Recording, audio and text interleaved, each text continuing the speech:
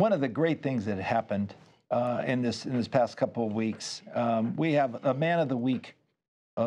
We have to give him an award. I mean, he was so vital to a life of a little young boy.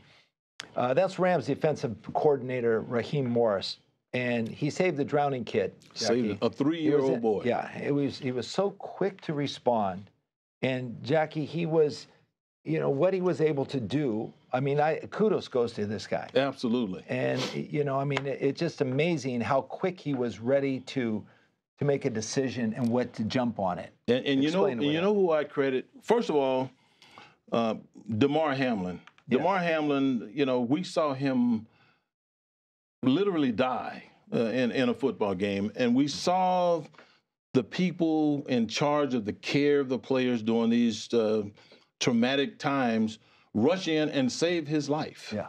They rushed in and saved his life. They administered CPR. They used the automatic electronic defibrillator. Right. And they saved his life.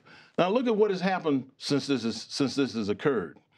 I believe that the National Football League put everybody on notice that this is who we have to be. This is what our procedures have to be to save lives. And there is no doubt in my mind that Dr. Reggie Scott, the head athletic trainer for the Los Angeles Rams, put that entire organization, those who are in charge of these young players, put them on alert of exactly what they had to do. Mm-hmm. Exactly what they had to do. Now, when Raheem Morris went and saw the kid drowning, the people got him out of the pool and they started administering CPR. The first thing that that coach did was he asked, where is the automatic electronic defibrillator? Right. Where is that? And he went and got it, brought it back, they used it, and they saved the kid's life. Right. Now, Vince, Damar Hamlin and his dad and his foundation are going all over different places in the area where they live, and they're giving young sports programs one of these defibrillators. They are impressing upon the people that are in charge of taking care of these young people with learning how to use it, with learning CPR. And I think that was a mandate that came down from the National Football League.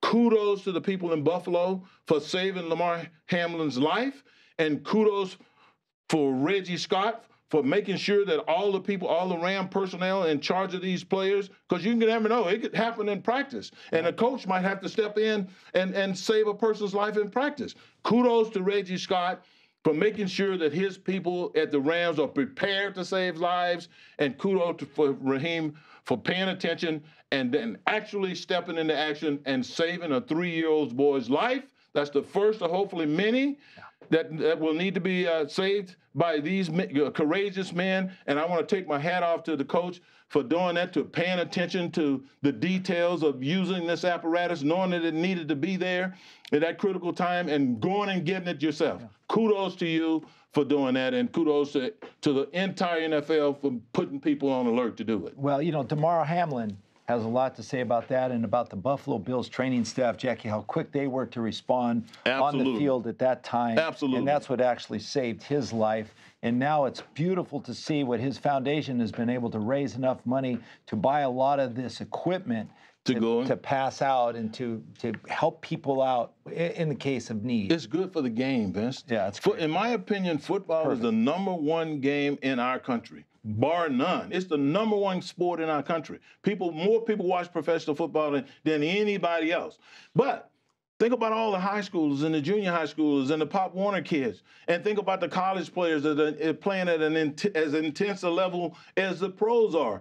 These people are putting themselves in harm's way, there's no doubt about it, and to have people responsible for their care immediately is something that needed to be addressed, and it is unfortunate that it took Damar Hamlin's situation to alert us all, but at least we responded, and we're on top of it. It makes me feel good as a former player. And it'd be nice to have one in the back seat of your car or something. You never know when you might need to get one. That's right, Vince. You never know when it's going to come handy. Absolutely. Thanks to you, Damar, nice job. Very nice job. So from all of us here at the Manhattan Beach Studios, for Jackie Slater, I'm Vince Ferragamo. We want to thank you for watching and listening to our On Point. And make sure you continue to follow us on Instagram at on.point.live. Absolutely. And make sure you go and hit that subscriber button. And if you have any comments, shoot them out. We'll get back to you as quickly as possible. And one other thing we've added, we have a website, onpointlive.net is our website. Go there and we'll correspond with you. We'll look forward to hearing from you and talking more football. So for all of us here at Manhattan Beach Studios, want to thank you, and we'll see you soon again. So until next time, stay on point.